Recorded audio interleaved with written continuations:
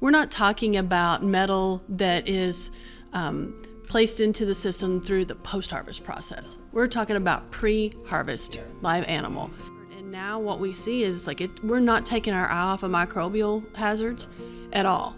But now we need to also be addressing these physical hazards. We've conducted an RFP that is looking at what technologies can be utilized that can actually detect foreign material, metal, in this case, while the animal's still alive.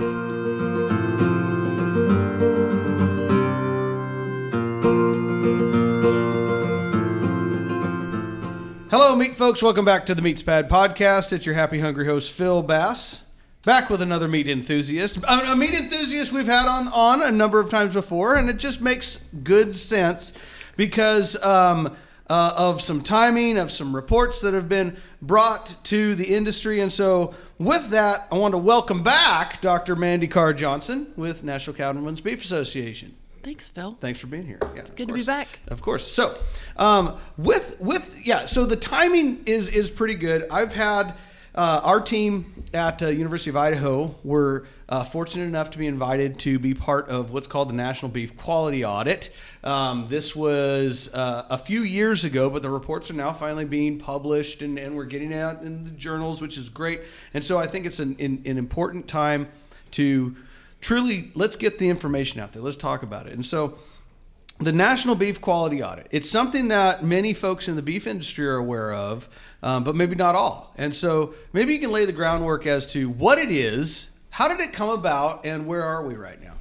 So one of the great opportunities that the Checkoff has through its work with NCBA is to conduct what we call the National Beef Quality Audit. And it's a project that started back late 80s, around 1990 timeline. First one published in 91, and it was an opportunity to look at what were the things we were doing well, the things that needed to be improvement, needed to be documented, and then put into perspective what are the lost opportunities by some of these capturing data on these things so we could start moving the needle. Literally, in some cases. How can we make improvements, particularly related to quality, and what did different audiences say quality was to them? Yeah. So. Well, and so you mentioned you just mentioned moving the needle, and I chuckle at that, and so does Dr. Mandy Carr, because the beef quality audit led to literally moving the needle, and so maybe expand a little bit on that and how big of an impact the beef quality audit brought to the industry in truly making product that much better and possibly safer. Absolutely. When you look back at that original summary, executive summary, and the papers that came from it, the authors really were able to document that injection site lesions were one of the critical things that needed to be tackled. We had to make improvements on that, and we were losing product because of abscesses and other defects. And so one of the key things that came to that was then having leaders, producer leaders and industry leaders and the scientists gather and say, okay, here is how much product we are losing. And if we would just move the injections for whether it was antibiotics and other pharmaceuticals or anything vaccinations, else, any of those routine handling and processing and management, move that up to an area that had less value. So get it up in the neck from putting it in the top butt or anywhere along the top, honestly.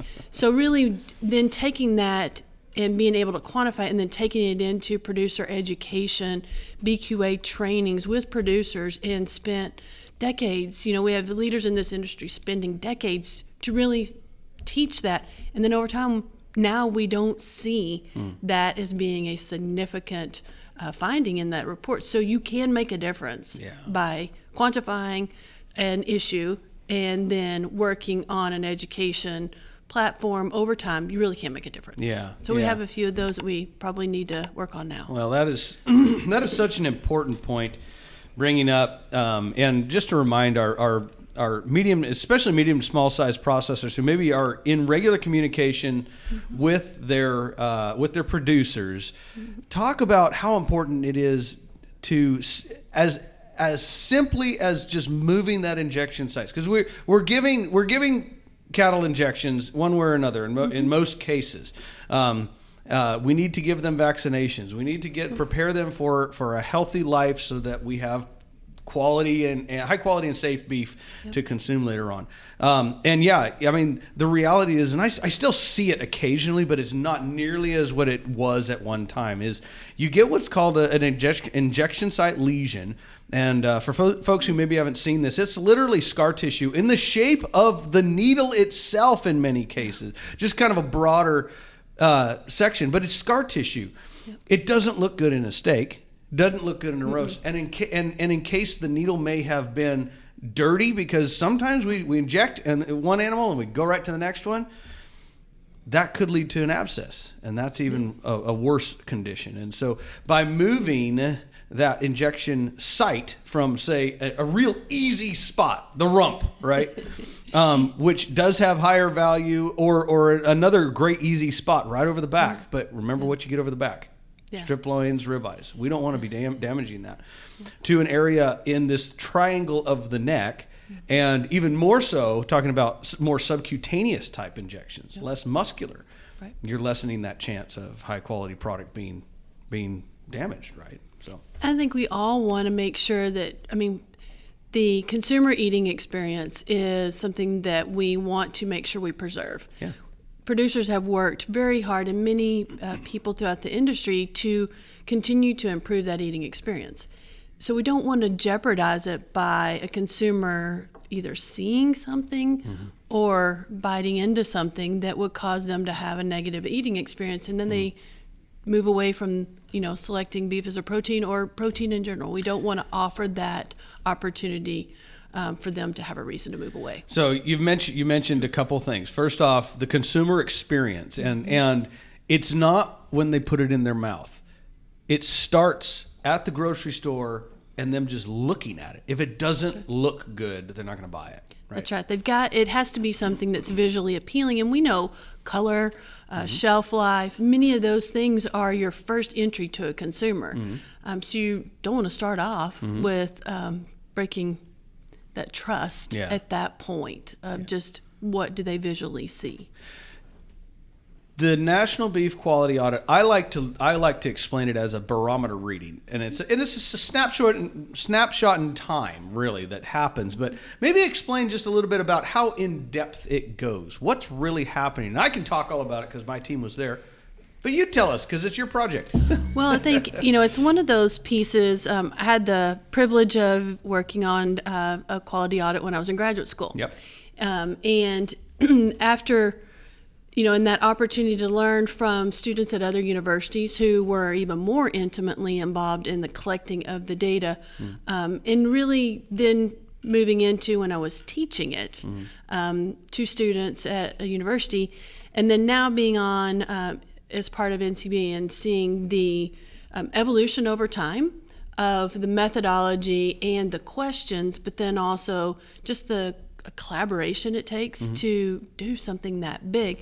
And it's a project that is in partnership with the Beef Quality Assurance team, and really looking at some of the meat scientists that typically do things like, meat science research, carcass data collection, are some of those that are doing that work. So it gives us the opportunity to go every year a little bit more data collection.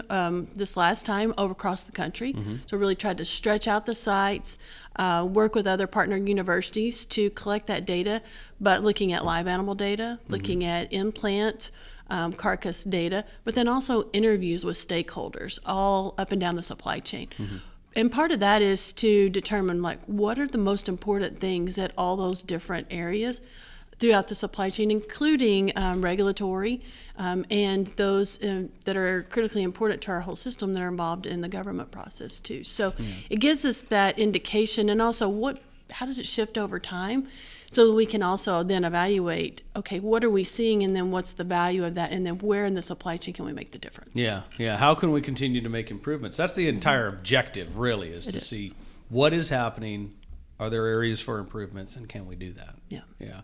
Well, and you've been very humble about the project, but it's it's literally about a dozen universities that tackle this thing across the country, and these are you have to kind of target the ones.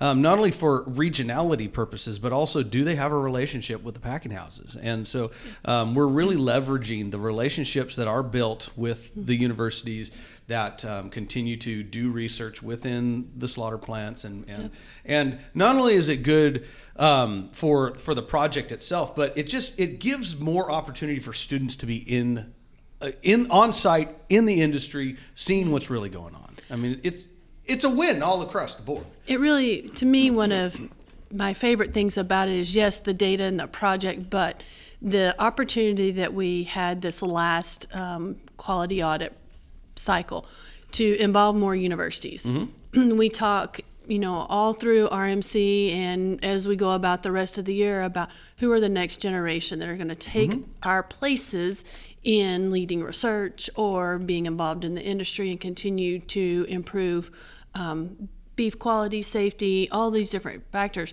If we don't expose students to it, how in the world would they pick this career? Yeah, exactly. So that opportunity through many programs that we have through Meat Science, whether it's in the classroom, through research, through judging, how do we provide that opportunity for mm-hmm. students to have exposure mm-hmm. and then understand, the new ideas are going to come from the next generation. So we need the experience to work with the new eyes to mm-hmm. bring together something for how are we going to actually change something in the future. Right. Yeah. This is about approximately every 5 years. This mm-hmm. audit is conducted. Again, it's just a barometer reading at that mm-hmm. moment, but still is very reflective of what's going on in the industry, and it's a massive amount of data that is collected, which is probably why we definitely need additional universities being brought into it. And it's great that was part of the objective of this last one. It was the first time I was involved, first time the University of Idaho was involved, and it got us into a number of different packing houses. And it's not just say the fed beef, the young beef. We're also looking at the cows and the culls and bulls and things like that. So the part of the industry that maybe is lesser known, but is still very impactful. And so maybe you can speak a little bit about that side of things. And were there any points that were brought about and noticeable things that we need to address? So I think it was, over time, there were a couple of quality audit cycles where we would do the fed, mm-hmm. and then we would have the cull, cow, and bull audit. Mm-hmm. And then that was more of like a pulse in time it would happen. So they didn't occur simultaneously. Mm-hmm. And then, over time, the supply changes. Mm-hmm.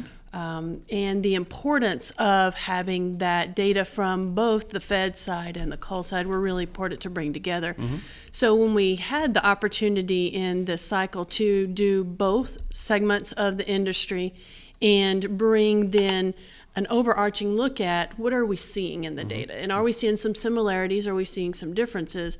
And one of the things that is still will always be critical, and really people like the state BQA coordinators have really worked to move injection sites and mm-hmm. help reduce that. That role is critically needed in the whole industry because they're engaged with the producer on a regular basis. Mm-hmm. So we know that movement can happen. One of the things we saw that might surprise people, because it's something we talked about years ago and now we're talking about again, is foreign material. Foreign material. And mm-hmm. that is needles, it is remote delivery devices or darts, and it is BBs. Yeah. And the data shows that we are seeing foreign material in every plant that was surveyed, in whether it be cull cow or a fed plant. We're seeing it at every single plant reported it. Yeah. And we need to double down. Yeah. So just to remind folks out there, this is not something that we're it's not something that we're here to chastise, but it is definitely something that we need to be very aware of, because and honestly, it's a point that has been brought about. It's not something we were hoping to see, but now that we're aware, we can address it, right?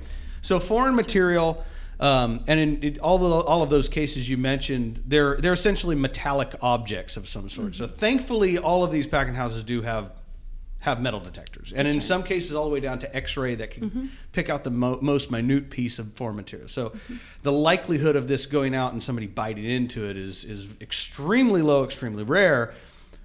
We need to make it zero to be real, and so some of that is definitely kind of come back to, you mentioned the BQA, which is Beef Quality Assurance teams that are all across the country teaching cattle producers about injection sites and things like that.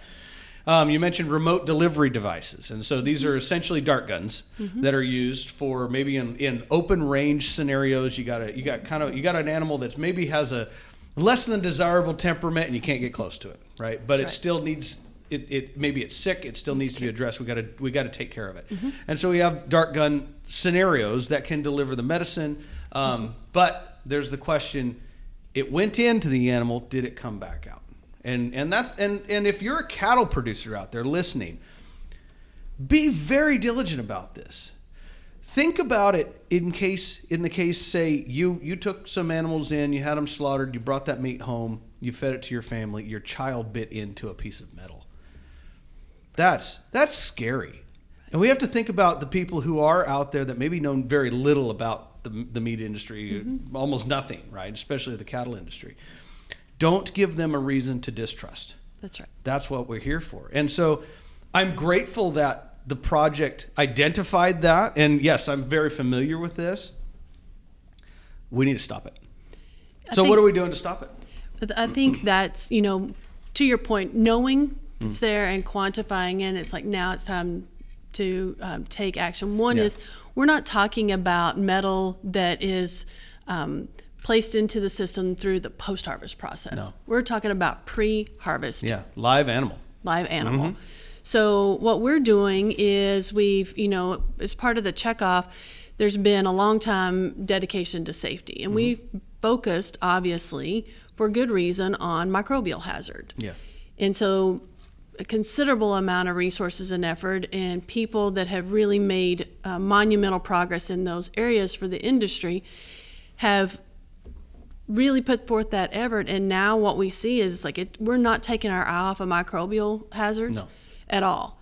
But now we need to also be addressing these physical hazards that could be potentially a challenge. So we've conducted an RFP, and we looked at ideas with our advisory committee, and they've selected a research project that is looking at what technologies can be utilized that can actually detect foreign material, metal, in this case, while the animal's still alive, while it's still moving. Wow. Is it walking through a chute before it goes into the feedlot, comes off of a truck, a trailer, into a feed yard? Can we tell if it has foreign material at that point in time? What about when it leaves the feed yard? Yeah. Can we tell? Yeah. And does that allow opportunity to know, one, do we need to pull those animals together and we need to process separately? Do we need to slow it down? Do we need to mark, target, identify those so we know how to manage it through carcass fabrication? Wow. Or other things. So it will send signals upstream that our intent is that we can identify it in the live animal. Well, and that's absolutely critical. First off, it's the right thing to do for the animal. There's no reason that they should have a needle or a BB, like you say, and we're not entirely sure how that happens. I mean, there's a lot of cattle that are out on rangeland, and maybe a hunter had a mistaken identity situation. Either way, there's a piece of metal in that animal, and it should not be there. Okay. The other thing that I could envision is that our beef quality assurance teams not only talk about injection placement, but let's talk about just needle hygiene and needle use. And you can't mistake the fact that maybe you broke a needle. Find it. Get it out. It's good for the animal. It's not going to feel very good for it. Yeah. So get it out. And think about that final product. Producers out there, if you are a live animal producer, always, always, always keep in mind somebody has to eat this eventually. And it may indeed be your family. So make sure that you're producing something that you are willing to feed to your family. And oh my goodness, I'm glad we're finding this. So let's address it. Sounds like the checkoff is focusing on that, which is fantastic. It is, and I think once, like anything, identify it, quantify it, work to reduce it, and then by the next time we have a quality audit, let's see marked improvement. Yeah. Oh, that's wonderful. That's fantastic. Hey, let's talk a little bit about some of the. I mean, that's absolutely an area that is that we need to talk about. But what are some of the other measures out there? And I like to really think about like the marbling measures, right? We're in the packing houses. We're standing there with USDA graders. How's marbling doing these days? But it's one of those opportunities that we've seen more prime and choice than we've ever seen. You see opportunity to give, back in college we were taught more marbling means more insurance for a consumer eating experience, no matter how they prepare it, a little bit more insurance policy. Yeah. So a great time for a consumer eating experience from the standpoint of if we can give them a quality product, then eating experience. 90% of consumers say that they have had a positive eating experience on steaks and ground beef at home or at a restaurant. We haven't had that high. That's awesome. It's awesome. So we don't want to do anything to mess that up. Yeah, well, and I'm going to applaud the Beef Checkoff for leading a lot of that. So thank you. I want to end on that high note because for those who, if you're listening to this, you're a meathead, hopefully, or have interest in, you're an amateur meathead. Know that marbling is a good thing. And we continue to see an improvement in this last beef quality audit. We're at 12% marbling, something ridiculously high anyway. Yeah. Considering that in the past, we have never had double digits. So it's pretty incredible. So 12% prime, the rest pretty much being choice. We're at less than, 15% select. I mean, it's unbelievable. And so big changes are coming in the industry. And I thank the Checkoff for doing that, for leading that, and we'll see where this goes in the future. Yeah. It's a great opportunity to have scientists that are interested in meat science and looking to help improve what we present to consumers. Yeah. So great partnership between producers and scientists in the industry, as well as industry leadership across the supply chain to really address questions and make the product better. So folks, if they're out there and they want to get some of this data to digest themselves, where would some of this be published or available? So beefresearch.org is the site that we host with the Checkoff research information across safety, product quality, human nutrition, sustainability, and consumer market research. So you can go there, and any topic that you have interest in, just put it in the search bar and we'll pull up research that has been conducted on any of those topics, and then research always in the field. Yeah. So more coming out every month. Yeah. If you're a meat nerd like me, and you go to beefresearch.org, you will be there for hours. There is an incredible amount of information. Like you said, it's not just the Beef Quality Audit. It's many of the other projects that the Checkoff has funded over the time, as well as nutritional information. And did you say that there's also the safety research there as well? That's right. Yeah, the pre-harvest beef safety work, as well as our consumer market research. So all things really in that. And then also, over on bqa.org, if you're interested in materials and information on beef quality assurance, past quality audits, you can find them in those places. So if you're a plant operator and you're looking maybe for some of that food safety, beef related meat safety questions, check out beefresearch.org. That'd be a great place to start if you have any questions. And just be curious, go check it out anyway. There's always something good to see. So. Always something new. Yeah, absolutely. Well, Dr. Carr Johnson, thank you so much for joining us again. And let's do this again sometime. Let's do it again sometime. All right. Excellent. All right.